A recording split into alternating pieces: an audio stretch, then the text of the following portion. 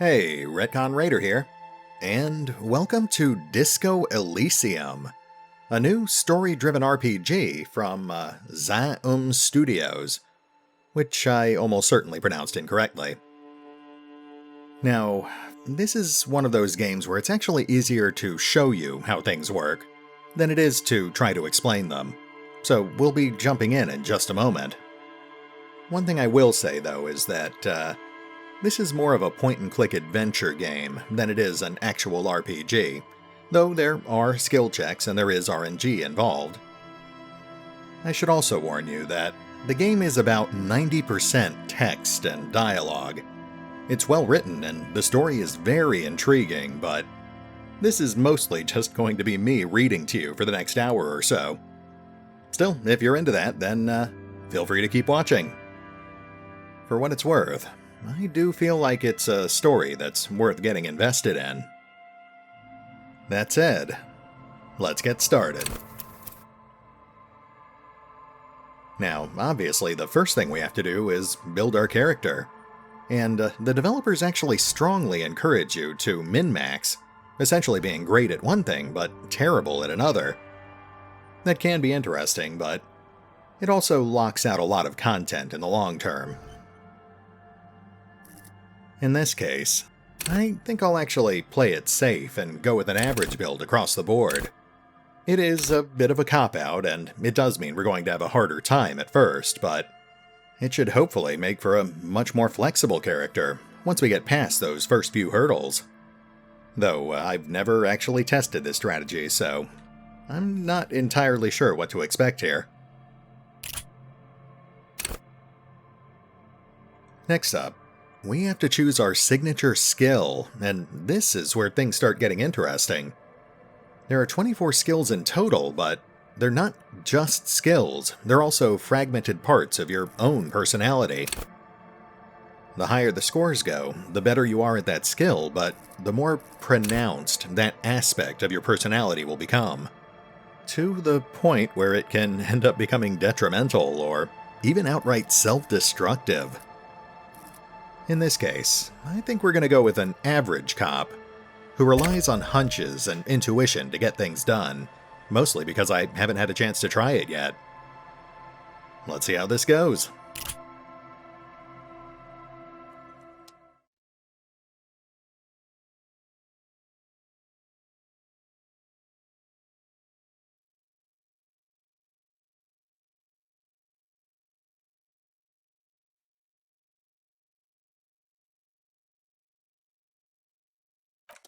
There is nothing, only warm primordial blackness. Your conscious ferments in it, no larger than a single grain of malt. You don't have to do anything anymore. Ever. Never, ever. Never, ever, ever? Never, ever, ever, baby. An inordinate amount of time passes. It is utterly void of struggle. No ex-wives are contained within it. Wait, what was that about the X-something? An awareness creeps up on you. A mass lies hidden in your dead angle, soaking in some lurid acidic sauce. It's bloated and shameful, a ball of meat surrounding you. This is a terrible line of questioning, and it will only lead to more awareness of the meat thing. No, I wanted to know about the X-something. Ex-love. Ex-tenderness. It is foolish of you to resurface to the loss. Not after all the damage you suffered to get here. Some of it irreversible. Stay. Sail with me through the abyssopelagic zone. No, I want to get off now. I like pain and burning light and wanting things from people who don't want to give them to me. Do you really? I do. Let me off. You wouldn't like it if I told you what was back there. Why'd you think you had to bludgeon yourself into oblivion? Or did you not scent yourself marinating? Poured so much over yourself. Got a bit carried away, did we, Chef? Fear and apprehension. You should ask what's out there first. Wait, I did this to myself? Yes, your one disco mother. Tell me, what's waiting for me? There's this giant ball there, in evil apes, and the evil apes are juking it out on the ball. You're one of them. It's basically all just evil apes juking it out on a giant ball. How big is the ball? You can't even make out it's a ball when you're juking it out. It's that large. How small are the apes? Infinitesimally small. And this duking it out I keep hearing about. What's that? Vying for resources is a stupid expression you picked up somewhere. The part of the presentation you want to take home with you is this. You have to beat the other evil apes in the face, or you lose. That's sad. Yes, it is. And you drowned in that sadness a long time ago. What do you mean, drowned? You're lost.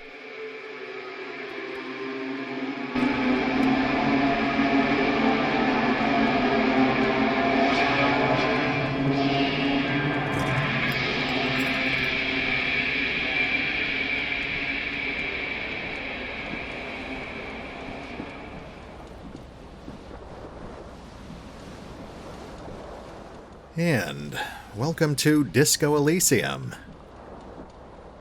Time to pick through the tattered ruins of this poor guy's life. Let's have a look around.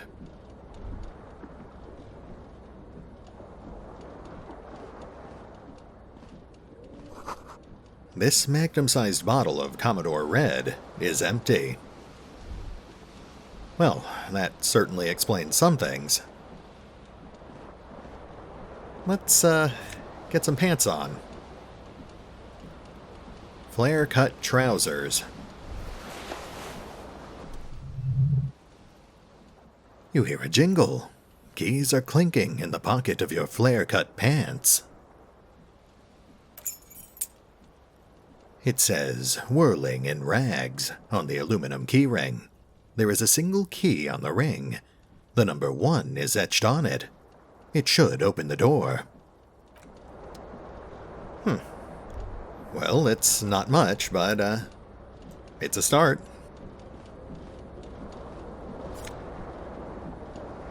Disco-ass blazer. +1 esprit decor. I guess we should grab that tie. This fan has 2 chain pull switches. One ends in a tiny fan, the other in a light bulb. A truly horrific necktie has somehow attached itself to one of the blades. And this is our first active skill check. Essentially, every skill check in the game is made by rolling 2 6-sided dice and adding your current skill modifiers. If you can meet or beat the target number, then you succeed. The blades come squeaking to a halt. It should be easier to reach the tie now. And that was obviously our first situational modifier.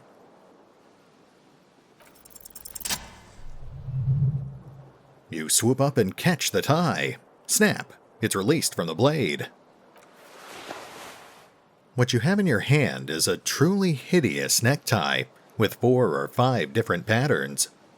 The knot reminds you of a noose. Yikes. Let's see here. Horrific necktie. The necktie is adorned with a garish pattern. It's disturbingly vivid. Somehow, you feel as if it would be wrong to take it off. It's your friend now. You will betray it if you change it for some boring scarf. Sure, why not? we can already see that our current outfit has stacked up quite a few skill modifiers, some of them good and some of them bad. In some cases, you might want to take your clothes off. Always a valid tactic, might get some odd looks in public. The window stands broken in its frame. Cold wind blows in. The morning light hurts your eyes. It's hazy, but you see the ocean and some war-torn buildings.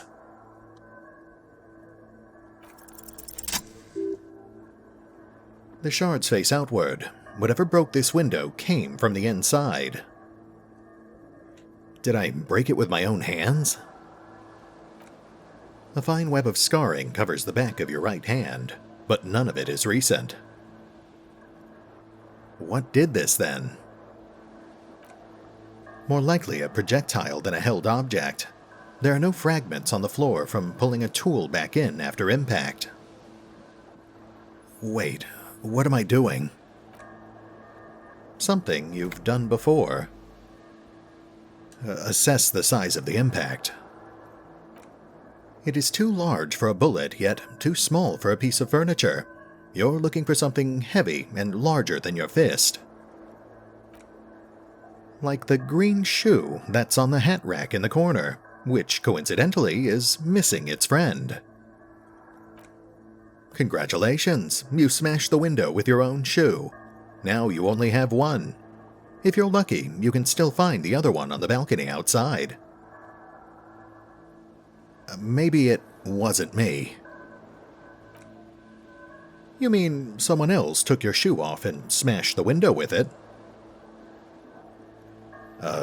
I should go and get that shoe. A cool wind gushes in. Your toes curl up from the cold. And there's our first quest. Find your other shoe. Yeah, it's probably best to start off small.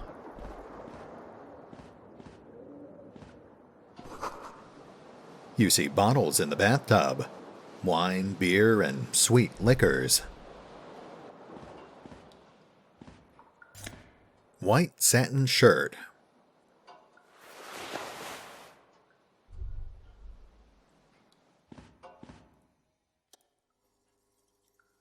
A mirror hangs above a bent and broken sink. In a fierce discharge of masculine energy, someone has ripped half the faucet off. Hot water sprays from the base and steam covers the mirror. You cannot see yourself, just the outline of a man. Suddenly, you realize you have no memory of the face that awaits you there, underneath the soft vapor. Really? Nothing? Really, all recollection of the person you are, the people in your life, and even the world you're in, has drowned in a sea of blood alcohol. This was no mere night of drinking. It was a deluge of world-ending proportions. As you slowly reach your hand toward the surface of the mirror... Abort! You clearly have not thought this through. You won't like what you will see there, and you will never unbecome it. Maybe I should touch it first. Make sure there's nothing wrong with my face. Yeah, there is definitely something wrong with it. What? What's wrong with it? Where to even begin? There's the bloatedness, then the swollenness. It's like there's an upholstery of alcohol underneath your skin. I'm sorry. Bet you are. Your nose feels like a small balloon in the middle of your face. It hurts when you honk it, and it doesn't appear to be a particularly tiny nose either. Not with all the drinks it's absorbed for you. At least my tongue is okay. It's not. It's swollen and snail-like, wriggling between your fingers. I'm scared. I want to stop doing this. Don't be scared. It's only your face. It's not like anyone is gonna see it. Wipe the mirror, now. Behold! You have no idea what this thing is, do you? Dear Lord, help me. What is this? Whatever it is, at least it's dead now. There's clearly rigor mortis on your face. Or, wait, is that an expression? Are you trying to make an expression with that face? I'm not making it. The face is making it itself. Please stop. It's horrible. You're scaring yourself. Okay. Oh my God, you can't stop. It's like it's not even voluntary anymore. You have worn that grin into your face, and now it won't come off. What does it even mean? What is the emotion you're trying to convey? It's an expression of pain. You are correct. Alright, the odds definitely aren't in our favor, but these are white skill checks, so we will have the opportunity to retry them in the future. Let's dig deep into our mind and locate the source of the expression. Like the rest of you, it comes from a bad place somewhere in the past. That's all you know for now. Okay, we'll come back to that a little later. Let's see what else we've got here.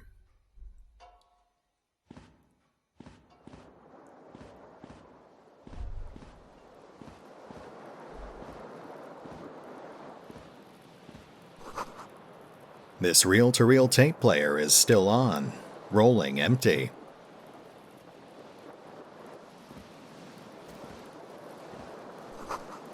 Looks like someone tore out the tape while the song was playing.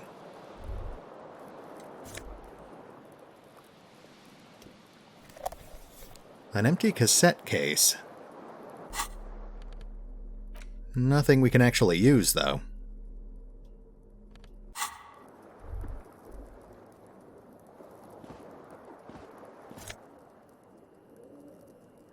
And one left shoe.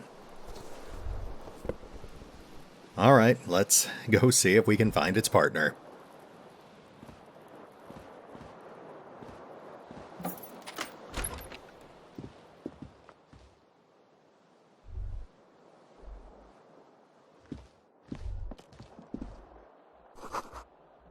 There's something on the table. Hey, 40 cents. That might just be the highlight of our day.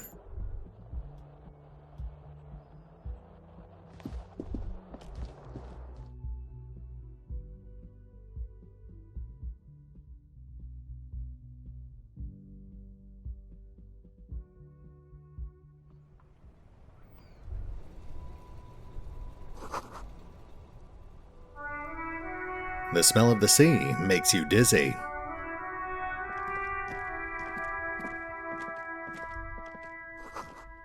A gust of briny wind washes over you.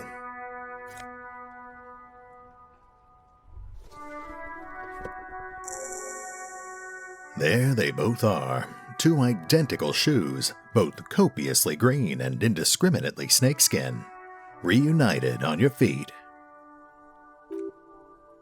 Like two baby crocodiles. How do they fit? Good. They're balanced, comfy. Feels like the only good thing about you right now, truth be told.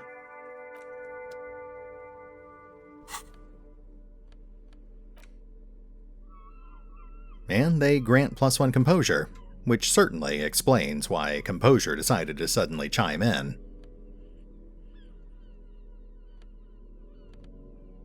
We do need to keep an eye on our skill combos here, though. Especially if we find ourselves needing to make a savoir-faire check.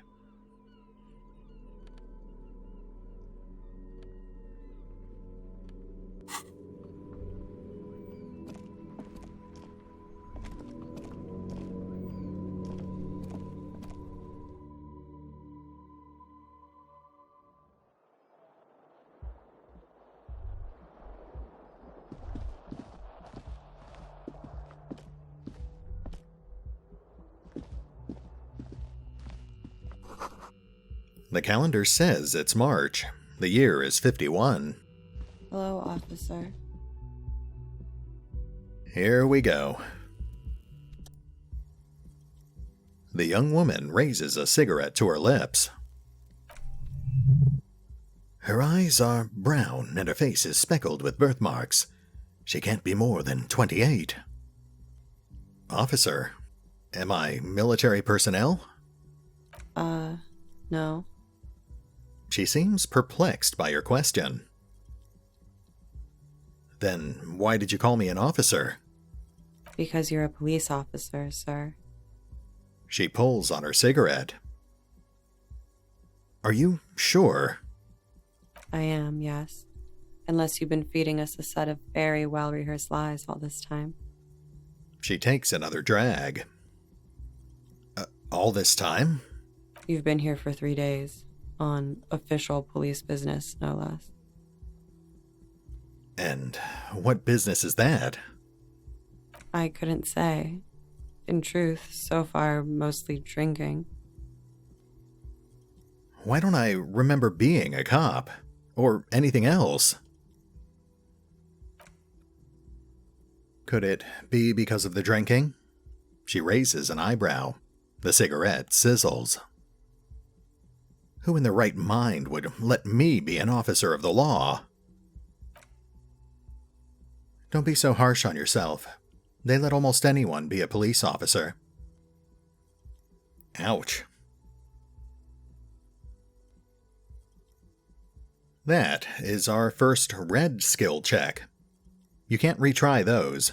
If you fail, you're stuck with the consequences. In this case, I think we've already made a bad enough impression, so I should get going now. Of course. Be careful, officer. They don't like the police around here. She puts out her cigarette.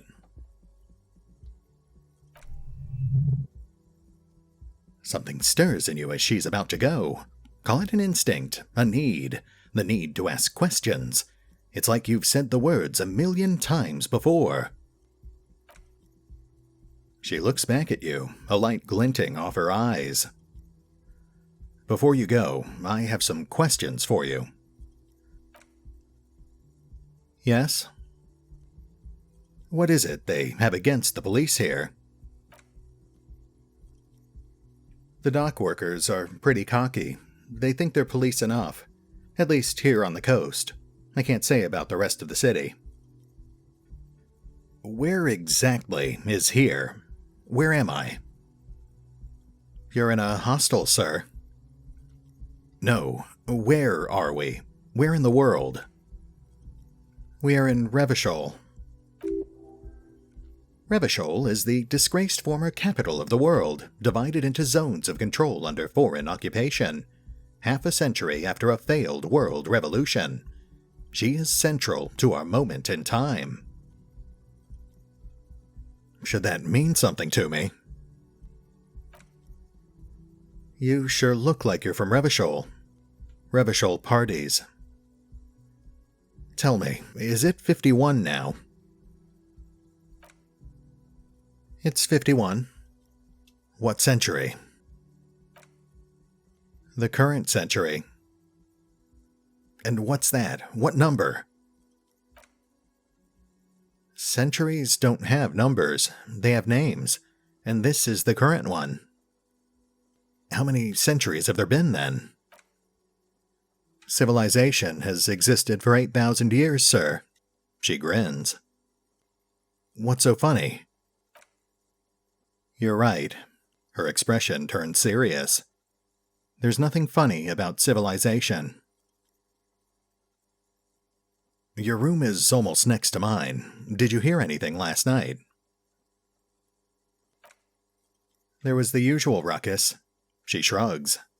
Loud disco music. Did I have any visitors? I couldn't say. It's impossible to hear people speaking from over here. She nods towards room 3. Loud disco music? Oh, yes. Various artists. Ostentatious orchestrations prime among them. She raises an eyebrow, waiting for the name to connect with you. OO were huge where I come from. I was very young then, of course. Like 7. Life gets hard, she sings. But we go on. Yeah, we go on all right. I don't know about that. At around 2 o'clock the disco stopped, and there was a change of pace. What happened? A slow, sad song started playing, like organ music, on repeat. That went on for quite a while. Some of the time you were yelling along to it. Was I singing this? Yes, there was a church in there. A really small church. Like the smallest, saddest church in the whole world. It was about that. And also...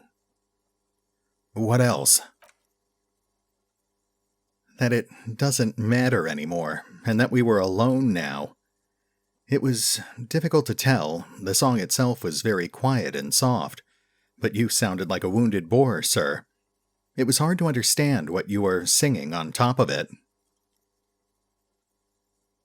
I'm sorry. Don't be. I was going out later anyway. It didn't bother me. Then what happened? Then you started screaming and trashed the place. Are you sure I wasn't being assaulted? No, it didn't sound like there was a fight. It sounded like someone was trashing their room. A window was smashed, the tape player probably, the song stopped, and furniture too. A real destructathon. There was screaming. Then I think you passed out. Please tell me there wasn't anything else. There was. I think you screamed that you didn't want to be this kind of animal anymore. I may have misheard, but it was sort of memorable. I went out afterwards. Everything was quiet by then, around 4 or 5. She nods. And that was it. Okay, you can go now. Glad to have been of assistance.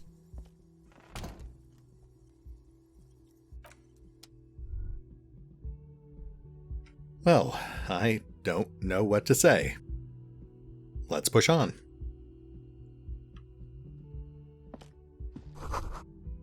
Looks like she left a nice long stub in the ashtray. It's still smoking. You should pick up that fat, juicy cigarette butt from the tray, light it up, and smoke the living shit out of it. Am I a smoker? Who knows what you are? A monster, a murderer, the gnome of Jeroma? You feel like a smoker, especially when you look at that juicy, succulent, seductive cigarette stub, still smoldering deliciously. But she broke it off at the filter. I can't smoke that.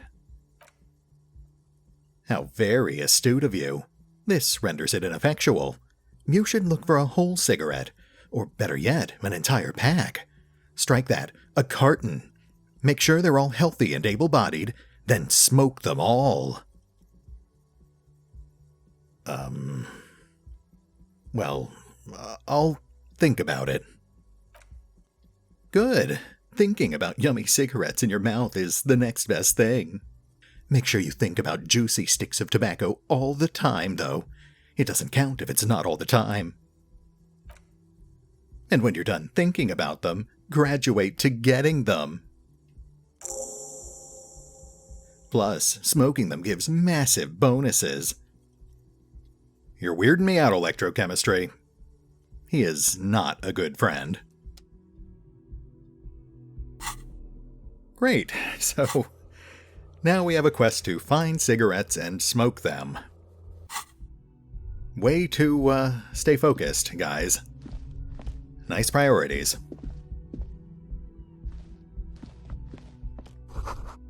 This is the weekend edition of the satirical newspaper, Trompe le Monde. Nothing on the front page rings a bell. Strange.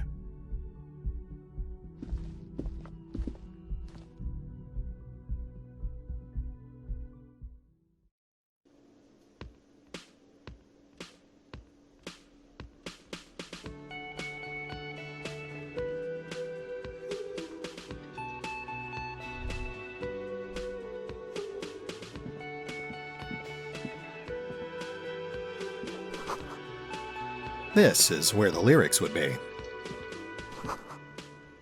A big old karaoke mic, just waiting for someone to sing into it.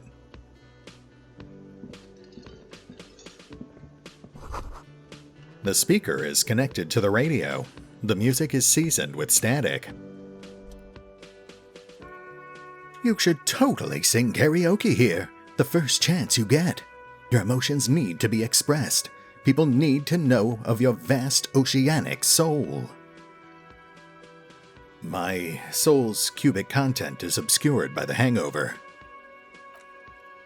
Of course, at this point, precise measurement of your soul can only be performed from the outside. It needs to be heard. Through a PA system. By other people. What should I sing when it comes to it? You should sing the sad small church song from that tape you found. Thought it was obvious. I was thinking maybe I could sing something happy, like from those ostentatious orchestrations folks. No, don't sing the happy song, it's stupid. Sing the sad song, it's profound. You would need another copy of the tape first, though. The one upstairs is destroyed.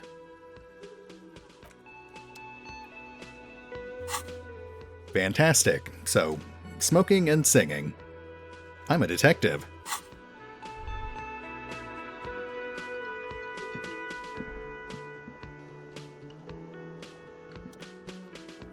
A man in his late 20s stands behind the counter, inspecting a stuffed seabird. As you approach, he gives you a sideways glance, then looks down again. That was disdain in his eyes. Even now, he's purposefully ignoring you.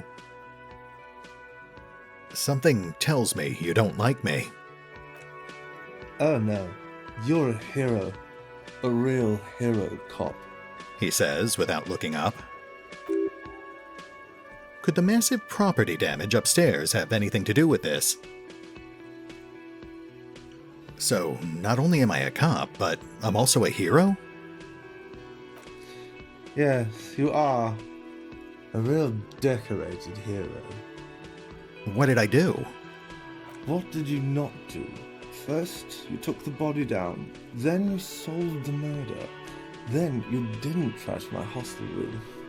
Maybe you even negotiated the strike. Oh my god, I did all those things? No, you see, actually, you didn't. You haven't done anything even remotely useful since you got here. Well, what have I been doing then? Have you seen me around? No, I haven't seen you around. I'm not always here. He looks down again and keeps plucking at the bird. A competent work of taxidermy, the white and brown seabird lies among piles of coasters and drying mugs, one of its wings broken. The man is trying to mend it. Looks like the bird was ripped off the shield that was used to mount it, most likely on a wall. Something about it makes you feel bitter. What happened to the bird? Look, your buddy is over there. He looks at the doors, where a man in a bomber jacket is tapping his foot on the floor. Why don't you go and talk to him, okay? What do you mean, my buddy?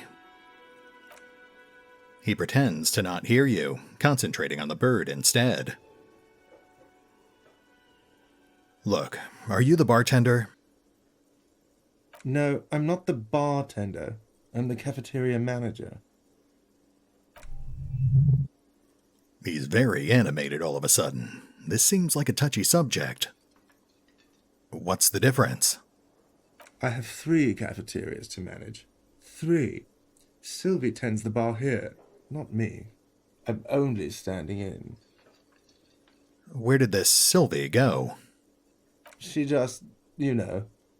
He shrugs. All right, guess we're done. And back to detecting.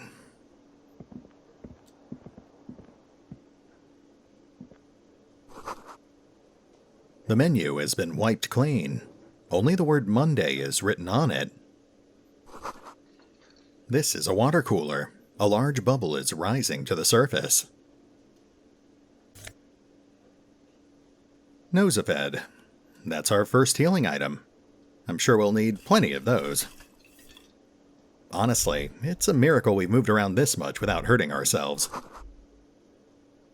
The soft purr of an electric juicer comes from the kitchen. Someone is working. The door is bolted. A sign reads, "Kitchen reserved for personnel until 1300.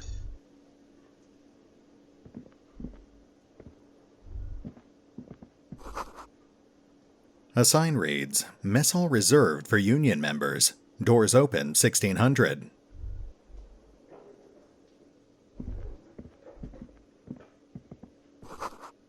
This royal pinball machine is unplugged.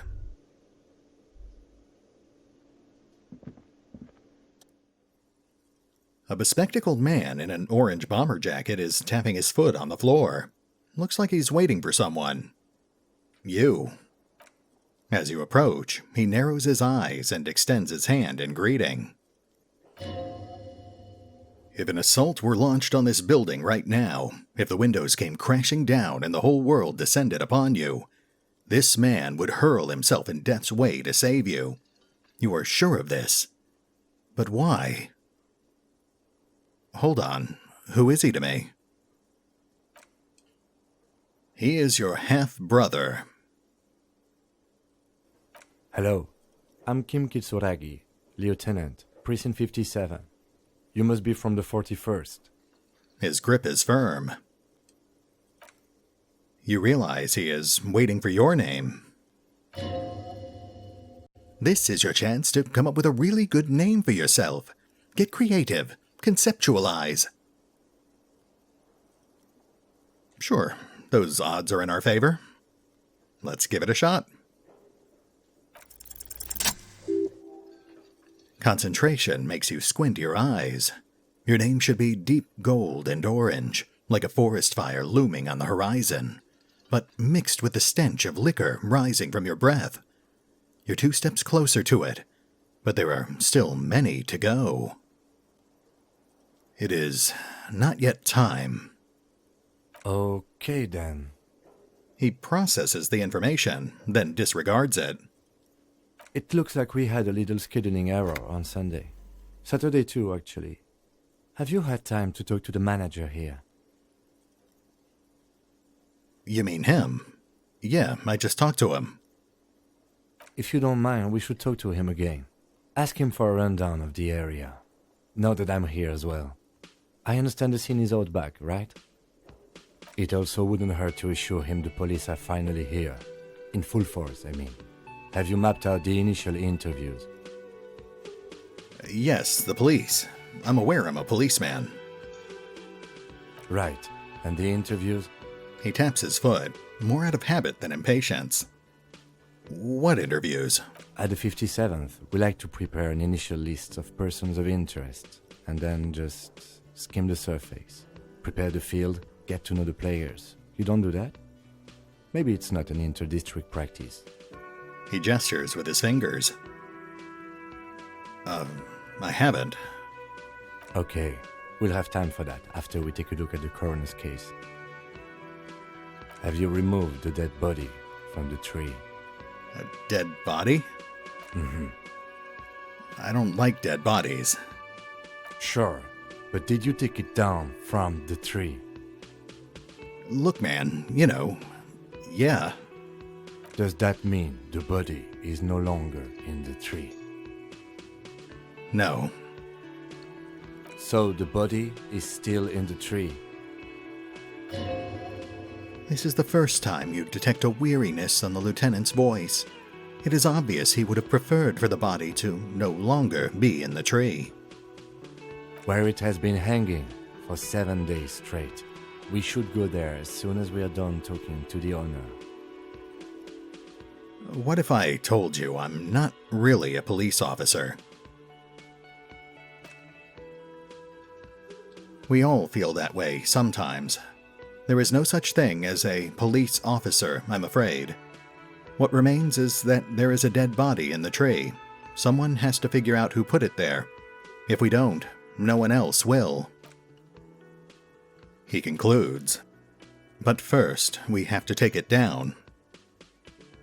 How can you be so sure I'm from the police? I was sent here to meet a detective from Precinct 41. You have the insignia of the Citizens Militia on your sleeve and on your back. He points to your jacket. I suppose you could be impersonating him. You could have gotten the insignia from the black market or forged it. But for now, I am going to set those possibilities aside. I'm not from the Inspectorate General. Inspectorate General? Internal Affairs, and I'm not them. I'm from Criminal Investigation. You said insignia.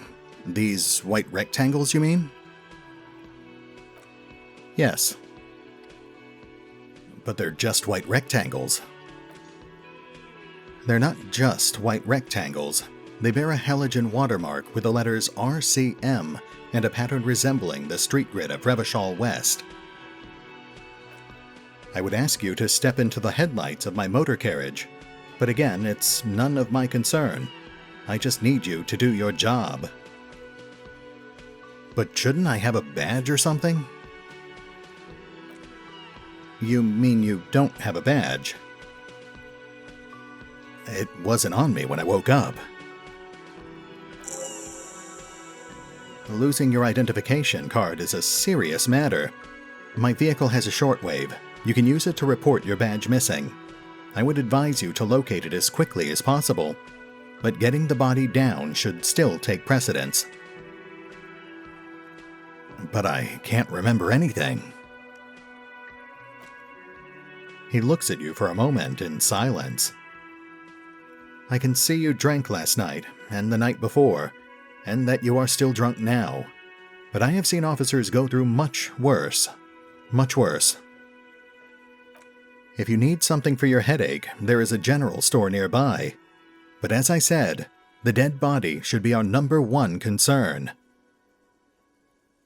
Yeah, what were we supposed to do again? Talk to the manager, then we go out back and take the body down. Right, let's go. After you, officer.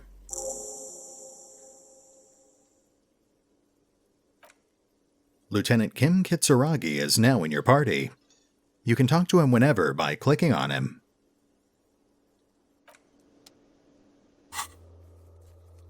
All right, we finally have some actual detective work. And we have to report our incompetence back to headquarters. It's a mixed bag. Anyway, let's go have a chat with the manager.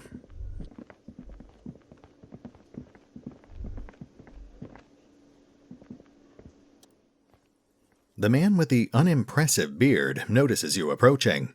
He drops the ledger he was holding and turns to the lieutenant.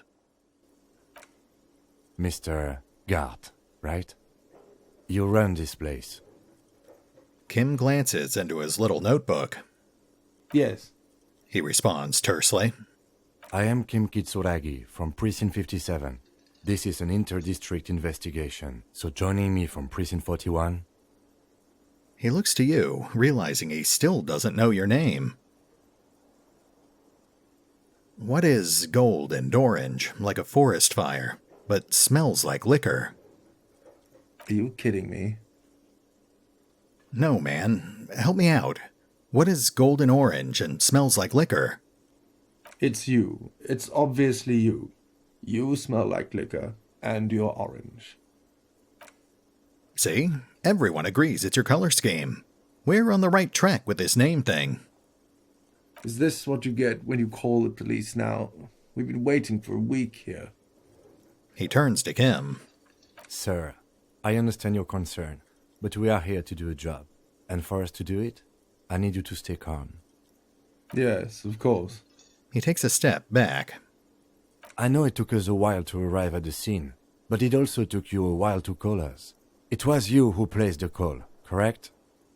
No, I only just got here. It was probably Sylvie who called you. She usually works the bar here. I'm only temporarily taking over her duties.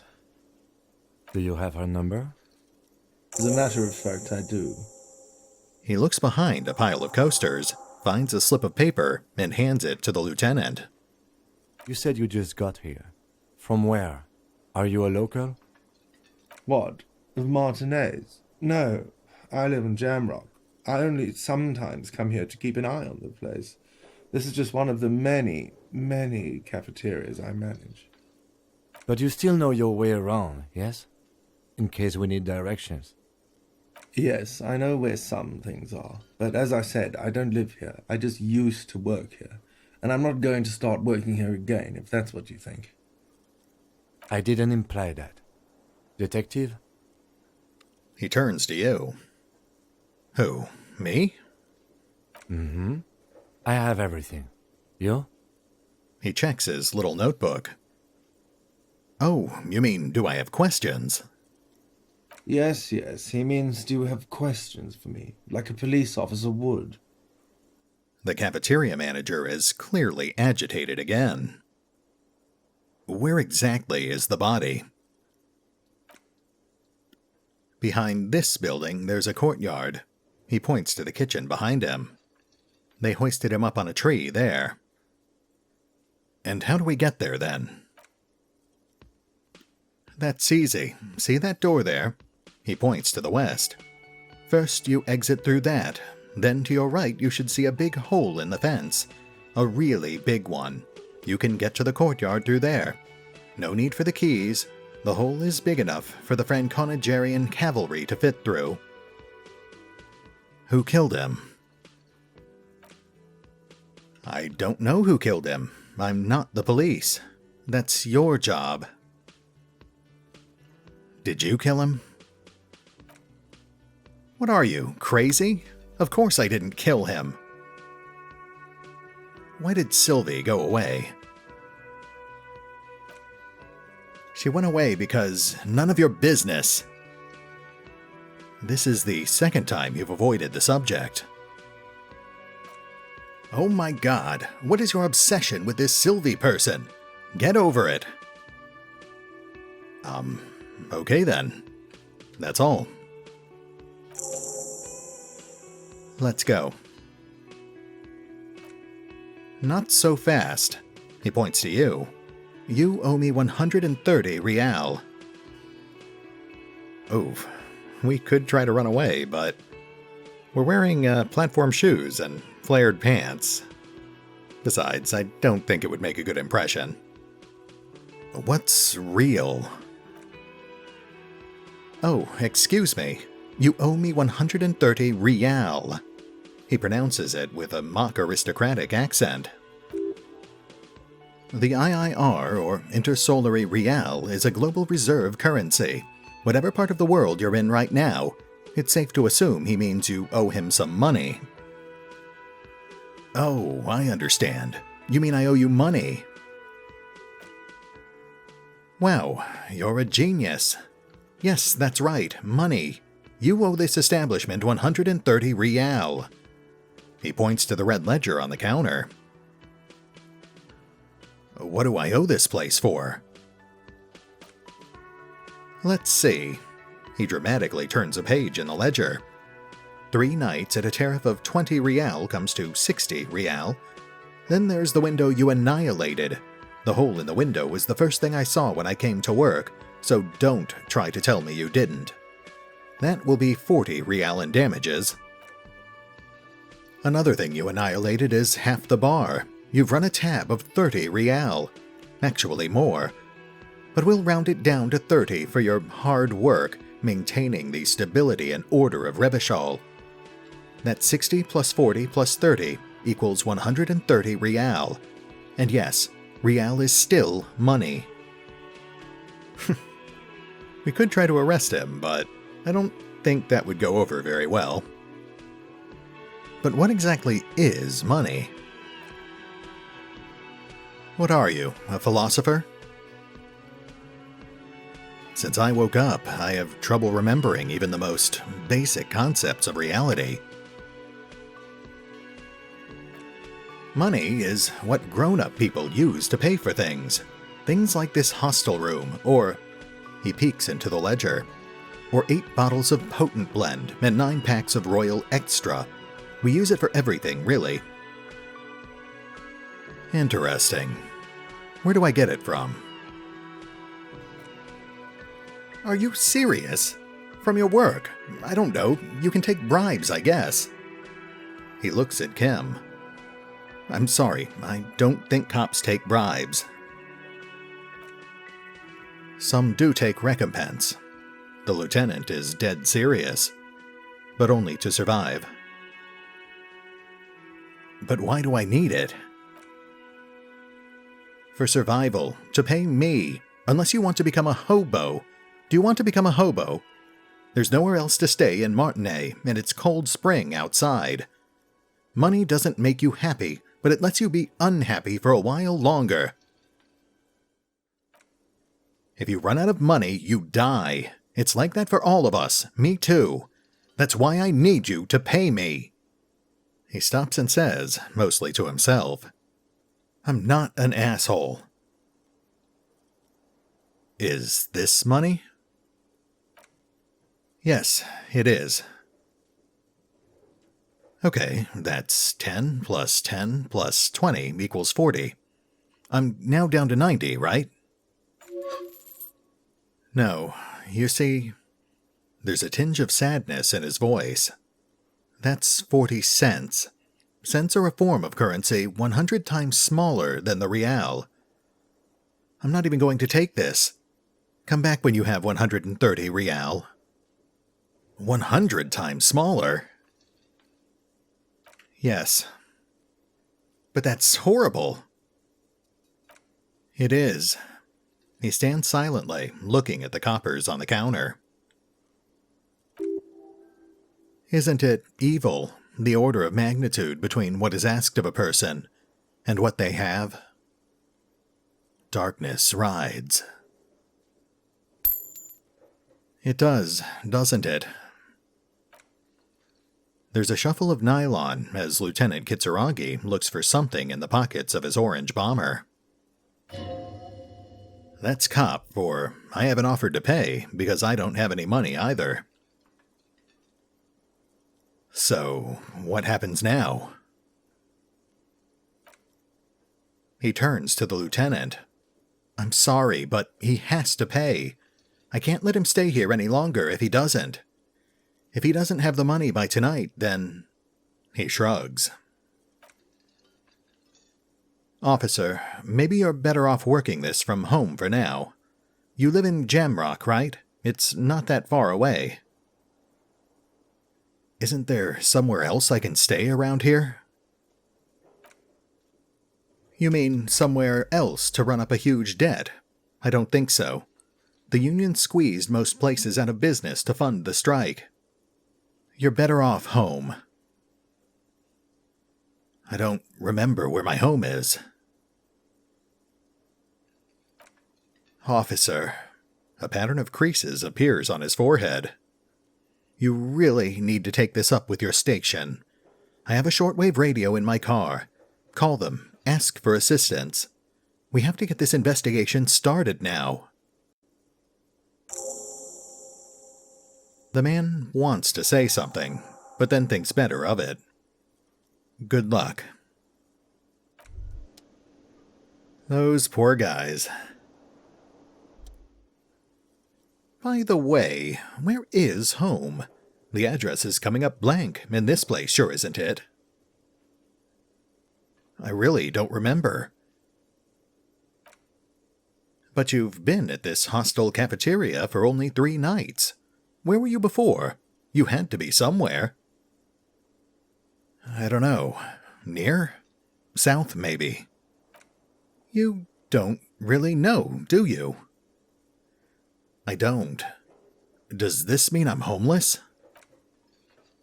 South, maybe, doesn't sound like somewhere you can stay if you run out of money. Could I trace the way back somehow, to the exact street? the exact number on a building. You can try. Run some addresses in your head when you get the time. Maybe a street or an apartment will appear.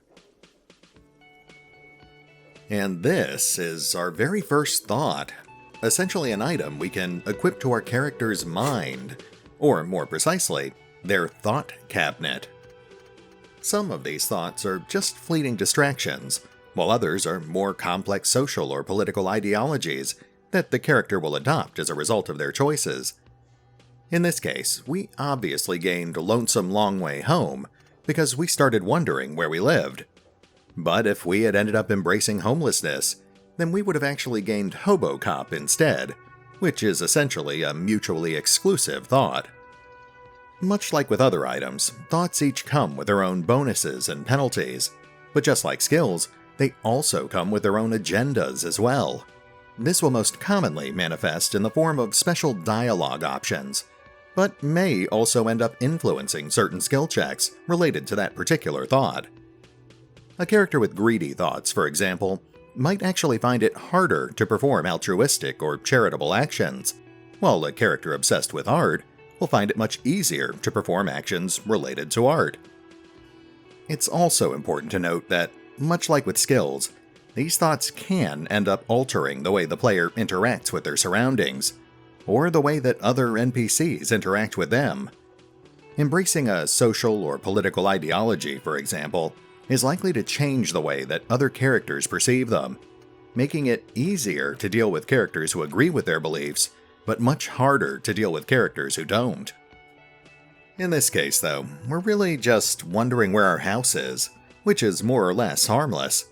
We need to actually internalize this thought if we want to fully unlock the associated benefits, which will take about 6 hours of in-game time.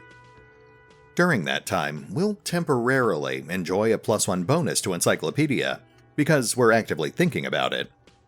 But once that thought has been fully internalized, it will lock in place, the effects will change, and, hopefully, we'll be able to actually remember where our house is.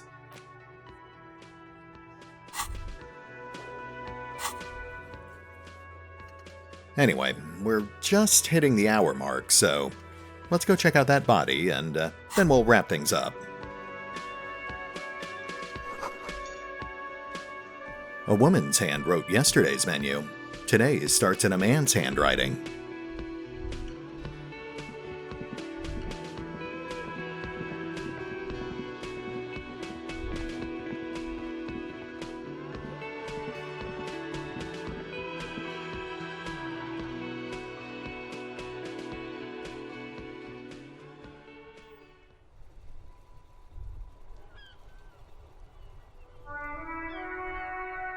Ah, Revachol.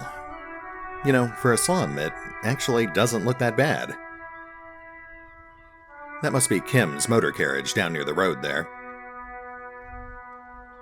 Well, let's go have a look at the crime scene.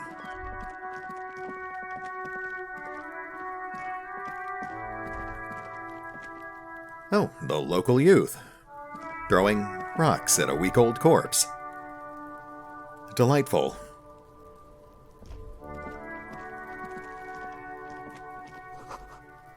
Smells like spoiled meat and curdled dairy. A human being decomposes.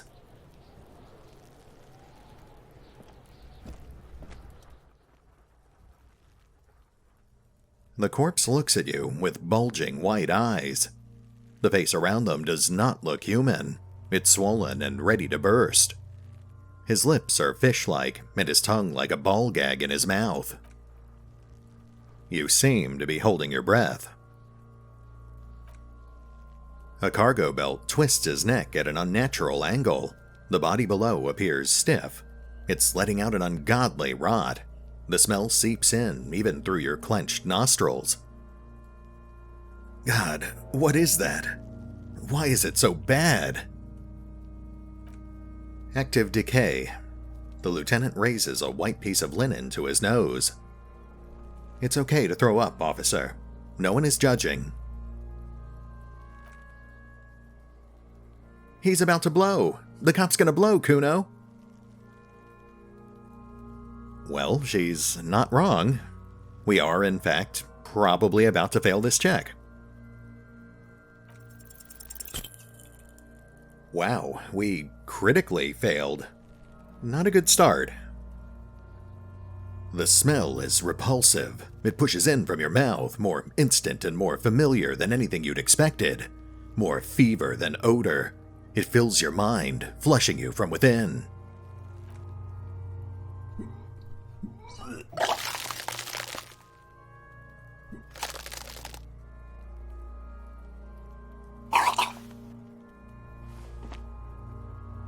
Too late.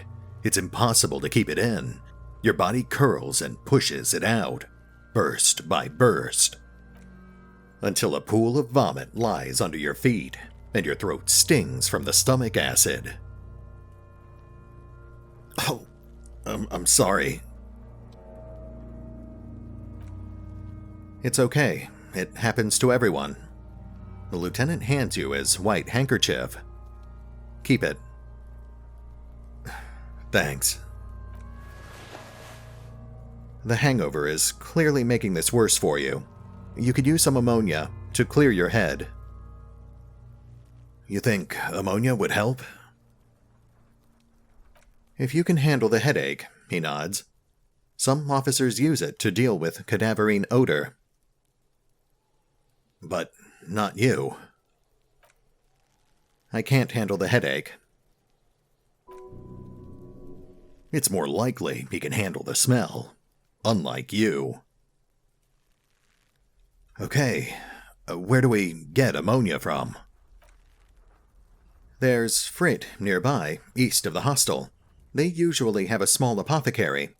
If they don't, he points to the greenhouse. There's a greenhouse here, and a gardener with a wheelbarrow on the corner of the Whirling in Rags.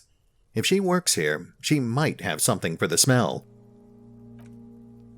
Having the ammonia is a modifier to the endurance check. Modifiers make checks easier, and allow you to retry them. Alright, sounds like a plan. Though, for now, we're actually past the hour mark at this point, so we really need to hit the pause button. Hopefully, this has been enough to give you a general idea of what to expect from Disco Elysium. Like I said, it's a very unusual game, and definitely not your conventional RPG. Still, I personally find it fascinating. In fact, I'd really like to do a couple more episodes before we get back to our regularly scheduled programs. Let me know what you guys think in the comments below, and, who knows? We might just solve this mystery. Or die trying.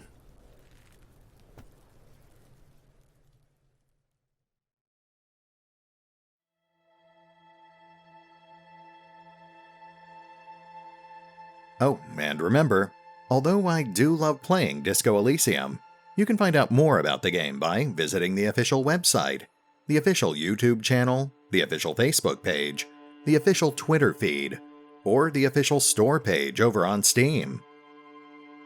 Links are in the description.